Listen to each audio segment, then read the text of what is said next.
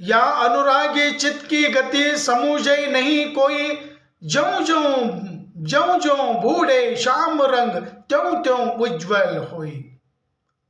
यानी इस दोहे में बिहारी लाल कहते हैं, क्या कहते हैं कि या अनुरागी चित्त की गति, यानी जो प्रेमी होता है उस प्रेमी का जो मन है, मन की गति को, चित्त की गति को कोई समझ नहीं पाते हैं। वो प्रेमी क्या करेगा, आगे क्या करेगा, किसी को भी क्या पता नहीं चलता है। तो पता ना चलने पर सो ताको सागरो कोई समझे नहीं कोई, ज्यों ज्यों बूढ़े श्याम रंग त्यों त्यों उज्ज्वल हुई। यानी जो कोई भी भक्त, वो भक्त भगवान श्री कृष्ण के, यानी श्याम रंग वाले कौन है, श्री कृष्ण। श्री कृष्ण की भक्ति में जैसे जब से वो भक्त डूबता डूबता चला जाता है, उस भक्त का जो जीवन है वो जीवन का उज्जवल हो जाता है। यानी इसका अर्थ जो प्रेमी होता है, प्रेमी की जो चाल है उस चाल को कोई समझ नहीं पाते हैं। लेकिन यहाँ पर जैसे जैसे श्री कृष्ण की भक्ति में डूबते डूबते जाने से मनुष्यों का जो जीवन है वो जीवन क्या उज्जवल हो जाता है।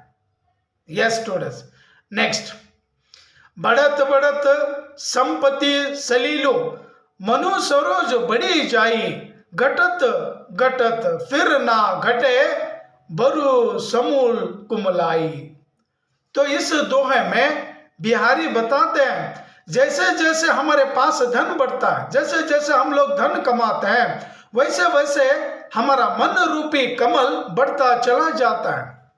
जैसे जैसे हमारे पास पैसा आ जाता है या रकम आ जाती है, पैसे आ जाने से मन रूपी कमल का ऊपर उठने लगता है। यानी हम अपने आप को कहाँ बड़ा समझ लेते हैं या अमीर समझ लेते हैं, कमल रूपी जो मन है ना वो मन ऊपर उठने लगता है। अर्थात मन का अहंकार बढ़ता है। जब हम साहूकार बन जाते हैं, जब हम पैसे कमाते हैं, तो पैसे आ जाने से हमारे मन में क्या अहंकार नामक चीज आ जाती है। और जब यह संपत्ति का पानी कम हो जाता है, तब यह मन का कमल कम नहीं हो सकता, अतः जड़ से ही सूख जाता है। अर्थात मनुष्य अंदर ही अंदर टूट जाता है। तो यहाँ पर जैसे जैसे उस सरोवर का पानी कम हो जाता है और कमल भी क्या नीचे आ जाता है, हमारा मन भी क्या नीचे क्या, यानी इसका अर्थ क्या, हमारा मन टूट जाता है और अंदर ही अंदर हम लोग क्या टूटने लगते हैं। यानी पानी आ जाने से कमल ऊपर उठने लगता है और पानी कम हो जाने से कमल क्या नीचे आ जाता है। यानी इसका अर्थ क्या है, मनुष्यों के पास यानी हमारे पास पैसे आ जाने से कमल रूपी मन ऊपर आ जाता है, हमें खुशी मिलती है। और पानी कम हो जाने से यानी पैसा कम हो जाने से हमारा मन क्या टूटने लगता है। नेक्स्ट वन देखिए, समय समय सुंदर सबे रूप कुरूप ना कोई, मन की रुचि जेती चिते तित तेती रुचि होए। यानी इस दोहे में बिहारी लाल कहते हैं, मन की सुंदरता का वर्णन बिहारी इस दोहे में क्या करते हैं, और वे कहते हैं समय समय पर सब हमें सुंदर क्या लगते हैं।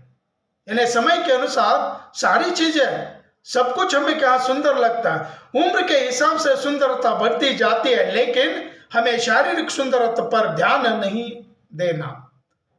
यानी जैसे जैसे हम बड़े हो जाते हैं, हमारी उम्र बढ़ती जाती है, सुंदरता भी क्या कम होती चली जाती है, लेकिन शारीरिक जो सौंदर्य है ना, उस सौंदर्य पर ध्यान नहीं देना। क्योंकि यदि हमें मन से कोई सुंदर लगता है तो हमारी रुचि उसी में बनी रहती है, उसका रूप कुरूप हमें कभी दिखाई नहीं देता। यदि हम मन में सुंदर है तो शारीरिक सुंदरता का कोई महत्व नहीं है। यानी बिहारी कहते हैं कि मन से क्या इंसान सुंदर रहना चाहिए, शारीरिक रूप से नहीं है। अगर मन एक बार किसी के मन को अगर भांप लिए, किसी के मन को अगर जान लिए, तो वहीं पर हमारा मन क्या रह जाता है।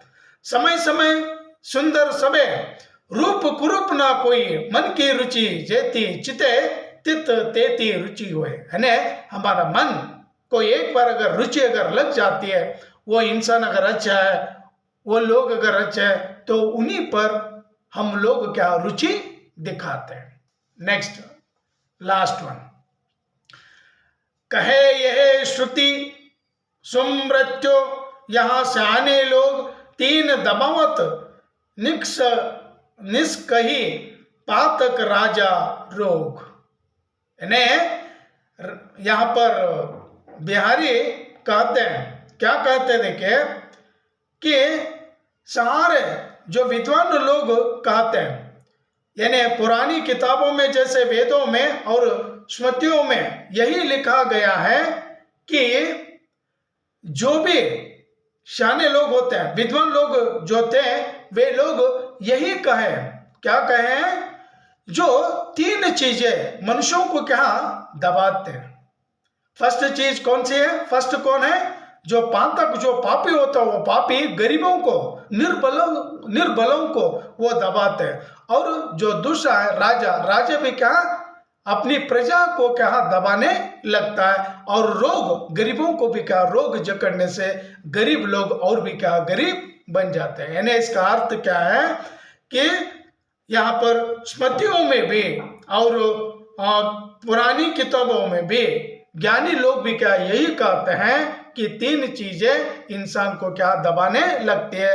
उन तीनों में से कौन है? पापी लोगों को क्या दबाते हैं, राजा लोगों को दबाते हैं, और रोग भी क्या लोगों को, गरीब लोगों को दबाते रहते हैं। तो इसका अर्थ क्या है? जो कमजोर लोगों को दबाना आसान है, यानी कमजोर जो गरीब होते हैं उन्हें दबाना आसान है। अतः अगर हम कमजोर है तो हमें बीमारी जल्दी पकड़ लेगी। अगर हम कमजोर है तो राजा भी चाहेगा हमें ही पकड़ेगा। और यदि हम कमजोर है और लोग जानते हैं कि हम मुकाबला नहीं कर पाएंगे, तो करने वाले सबसे पहले हमें ही पकड़ेंगे। यानी दूसरों को ये नहीं दिखाना चाहिए कि हम बहुत ही क्या कमजोर है। अगर एक बार ये तीनों अगर देख लेंगे हम कमजोर है, तो हमें जकड़ने के लिए, हमें अपने वश में कर लेने के लिए तीनों भी क्या प्रयास करते हैं। इसलिए हमेशा के लिए क्या मजबूत रहना चाहिए। तो स्टूडेंट्स, ये 8 दोहे यहीं पर समाप्त हो जाते हैं। नेक्स्ट वीडियो में और एक लेसन को, नहीं तो पोएम को लेकर आपके सामने हाजिर हो जाऊंगा। स्टूडेंट्स ನೋಡ್ತಾ ಇರಿ, ಏನಾದರೂ ಅರ್ಥ ಆಗಲಿಲ್ಲ ಅಂದರೆ ಕಮೆಂಟ್ ಬಾಕ್ಸಲ್ಲಿ ಕಮೆಂಟ್ ಮಾಡಿ ತಿಳಿಸಿ, ಹಾಗೆ ಸಪೋರ್ಟ್ ಮಾಡ್ತಾ ಇರಿ. ನೆಕ್ಸ್ಟ್ ವಿಡಿಯೋಯಲ್ಲಿ ನಾನು ಸಿಗ್ತೇನೆ. ಜೈ ಹಿಂದ್, ಜೈ ಕರ್ನಾಟಕ, ವಂದೇ ಮಾತರಂ.